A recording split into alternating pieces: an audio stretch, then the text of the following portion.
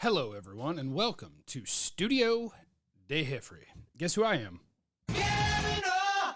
That's me. I'm Jeff Cavanaugh. You can find me on 97.1 The Freak from 7 to 11 a.m., Monday through Friday in DFW, and on the iHeartRadio app, along with Julie Dobbs and Kevin Turner. Our show name's The Speakeasy. Look up the podcast and download it. Thank you.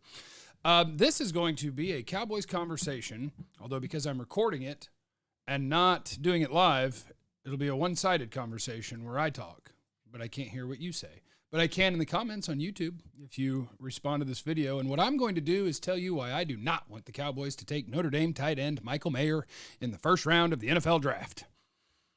Good? Got it? I also just ate, fighting off a burp. Or maybe a hiccup. Anyway, BetOnline presents this to you. BetOnline.ag, your number one source for all your basketball. We got the NBA playoffs going on right now. They're your number one source for all your basketball info, stats, news, and scores. Me personally, baseball guy, first place Texas Rangers. You can check that out too. BetOnline, your sports information headquarters. They got you covered. Everything. All your sports wagering needs. Basketball, MLB, hockey, UFC, boxing. Fastest and easiest way to get your betting info, including live betting options and your favorite casino and card games you can play right from your home. Go to the website or use your mobile device.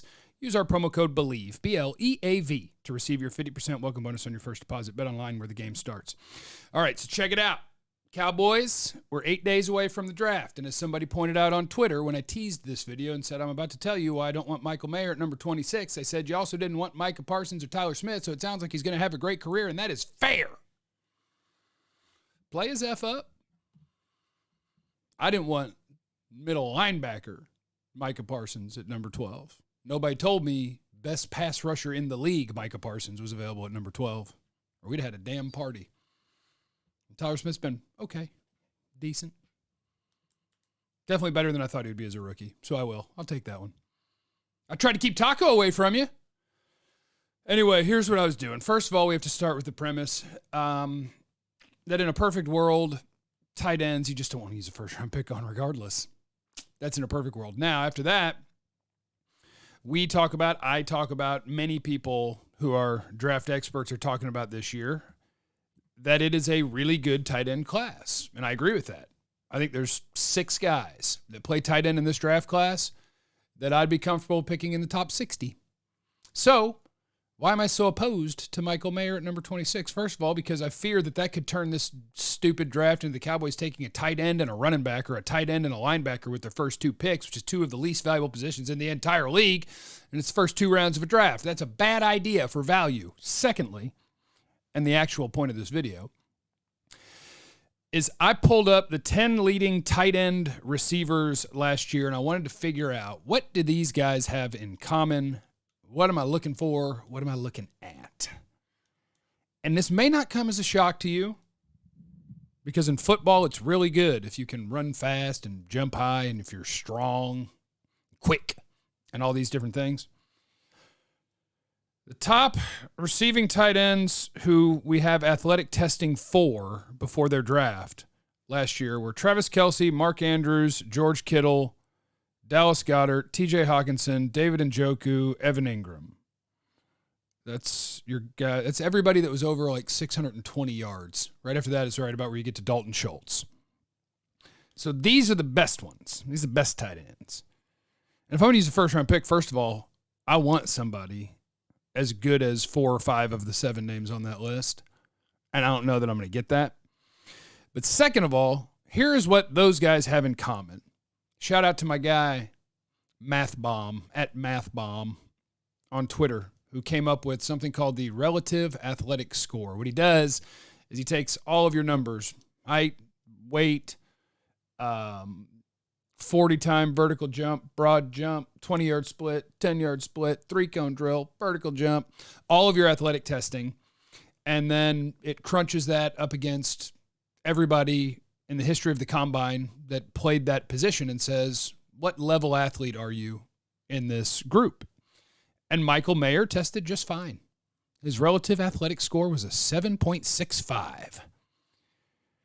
Right in the neighborhood of Dalton Schultz. And a little bit more athletic than Jake Ferguson and a little less athletic than Peyton Hendershot. I'm going to give you the relative athletic scores of the top guys in the NFL at catching the football and doing good football things. Travis Kelce, 9.29. Mark Andrews, 7.28. His bench, not good. His vertical, not good. They brought him down. George Kittle, 9.52 is his relative athletic score. That means he's in the 95th percentile of athletes that play tight end in the history of the combine. Dallas Goedert, 9.54. TJ Hawkinson, 9.18. David Njoku, 9.32. Evan Ingram, 8.94. And that would be higher, but Evan Ingram is small for a tight end, so that brought him down. So what the best tight ends in the league have in common, and I want one of the best tight ends in the league if I'm using a first-round pick on a tight end, is that they are premier athletes for the position. Michael Mayer's relative athletic score is a 7.65. What about part two of the equation? I want to be clear. If you guys know, I end my videos with you never know what anyone's going through, so be cool to everyone. I love you. That's what I say. I ain't hating. I'm just offering you a sports opinion. I think Michael Mayer's going to start at tight end in this league for a decade, and I think he's going to be a fine player. But if I like 6 tight ends in this draft class, and I'm trying to figure out, which one's going to give me a shot to have a premier player, I'm going to use that information. Now, I'm not just going to take a good athlete if his tape doesn't match up. I'm not going to do that. By the way, remember when Gavin Escobar got drafted before Travis Kelce? Cowboys picked Gavin Escobar. Relative athletic score of Gavin Escobar, 6.18. Travis Kelce, 9.29. The way better athlete turned out to be the way better player. So Michael Mayer, 7.65. The other 5 tight ends in this draft that I think I would be comfortable using a top 60 pick on. Let's go to there. What sort of athletes are they? Because I like the tape on all of them. I think they're all good players. Darnell Washington, Georgia, 9.88. Damn near a perfect athlete, 99th percentile almost of tight ends in the history of the combine. Sam Laporta, Iowa, 9.02. He's a little bit small. The size brings him down a little bit. 90th percentile athlete in the history of tight ends. Tucker Kraft, South Dakota State, 9.68. 97th percentile almost athlete in the history of the combine at tight end. Luke Musgrave, Oregon State, 9.78. Almost the 98th percentile of athletes at tight end in the history of the combine. I don't have one for Utah man, Dalton Kincaid. I don't have one for him because he's been hurt and didn't do his athletic testing, but we think he would be a good athlete. And he's a hell of a receiver. So what I'm telling you is when I combine the fact that it's tight end, and for the most part, I don't want to pick that in the first round, and then I take what do the best tight ends in the NFL have in common, and then I factor in there's 6 guys in this class I like, and 4 or 5 of them have that same athleticism that the best tight ends in the NFL have. You take all of those things, and to me, it spells out, kind of wearing Notre Dame colors today, so that's showing support. All of that to me says not Michael Mayer. Not Michael Mayer. He's going to be a good player in the NFL. If I had to guess what his career looks like, though, because I've heard people saying Jason Witten. Jason Witten had 5,000-yard seasons and 2 more where he went over 900 yards. I don't think Michael Mayer is going to have a single 900-yard season in his career. I think he'll be a 600-700-yard receiver, and he'll be a steady player, and he'll be a starting tight end, and there's nothing wrong with that. But at 26, a starting level tight end is like what everybody just wanted to run out of town. Dalton Schultz this season, and it's like, let him go. We can get somebody else to do that. Now you want to invest a first-round pick to get back to similar production? No, I say. No. Which brings me around to, can I find guys at more valuable positions that at 26, if I get blown out and I can't have any of my top receivers or corners or pass rushers, I don't want a run stopper either. I don't really want a running back, but Bijan's so effing good that you can talk me into that. I start looking at, does Osiris Torrance or Darnell Wright make it? A guy who could be my starting left guard. I start looking at Will McDonald IV, pass rusher, Iowa State. I start looking at Emmanuel Forbes, corner, Mississippi State. I start looking at, other people don't have him ranked as high as I do, and that's fine. Cam Smith, South Carolina corner. I start looking around at my more valuable positions and say, what can I do here? Because what I'll do with this tight end group is I'll say I like 6 of them. I'm not going to be the guy that proclaims the best guy in this draft class by selecting the first tight end. And maybe Dalton Kincaid will be gone. Maybe somebody will be gone.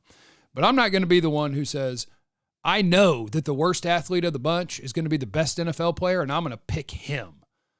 I'll let 5 other ones go. And then I'll say, I'm going to get the guy who has good tape and is an elite athlete, whoever's left, out of Tucker Kraft at South Dakota State or Sam Laporta or Luke Musgrave, whatever. I don't think 6 tight ends are going to go before the 58th pick in the draft.